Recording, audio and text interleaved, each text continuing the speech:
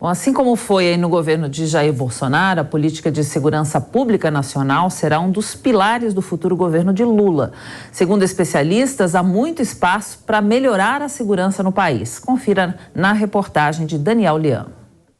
A política de segurança pública é um dos pilares de uma administração. Durante o governo de Jair Bolsonaro, houve erros e acertos, assim como nos de seus antecessores. Essa é a avaliação do professor de segurança pública, José Vicente da Silva.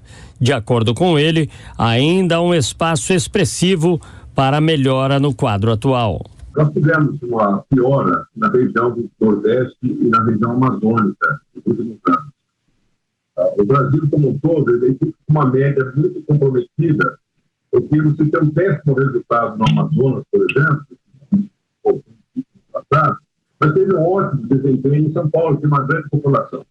Daí, entre muito ruim e muito bom, dá uma média razoável. E é necessário dar uma olhada nos locais em que os problemas estão se agravando muito.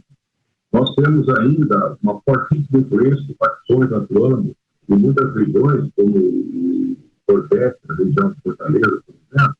Nós temos ainda um trabalho de facções no Rio de Janeiro, milícias, fazendo um trabalho de praticamente mudança largas porções da população.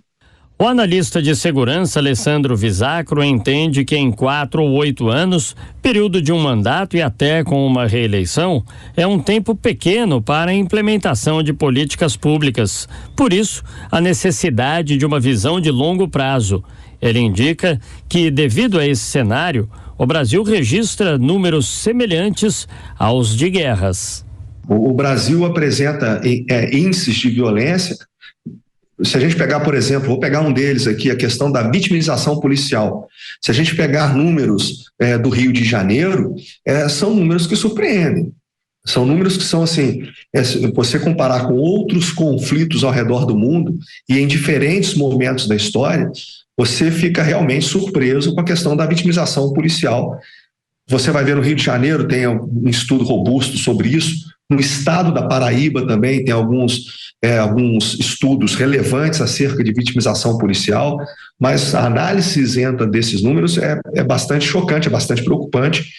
E a gente volta à questão central. É a gente tentar oferecer uma perspectiva para esse problema que transcenda tão somente a questão da segurança pública e receba uma abordagem multidimensional, multidisciplinar, sistêmica. José Vicente não vê com bons olhos as projeções para a segurança em relação à nova gestão, porque avalia que não há um programa definido. Segundo o coronel, as polícias não estão sendo ouvidas sobre as demandas e acrescenta que é preciso uma sinalização adequada na montagem da equipe do futuro governo Lula, que não foi vista até agora. A perspectiva não é muito otimista, não. Primeiro, que não há plano nenhum. Segundo, que os policiais estaduais, policiais militares principalmente, mas também as polícias civis, não foram chamados ainda para ajudar nesse processo de transição, temos que formular pelo menos um plano de emergência para o país, para as urgências que nós temos como as cidades mais violentas do país. O outro aspecto também é que o futuro ministro, ele chamou para secretário executivo do Ministério, seu número 2, um jornalista. Nada contra jornalistas, mas era uma hora importante de chamar alguém que tivesse afinidade, experiência, conhecimento com a área de segurança pública do Estado. Isso não é um bom sinal. As prioridades acabam não sendo as mesmas de uma gestão para outra. O problema é sistêmico e a segurança tem que ser uma política de Estado. Porque no final das contas é a sociedade quem paga um preço muito caro por esses desencontros.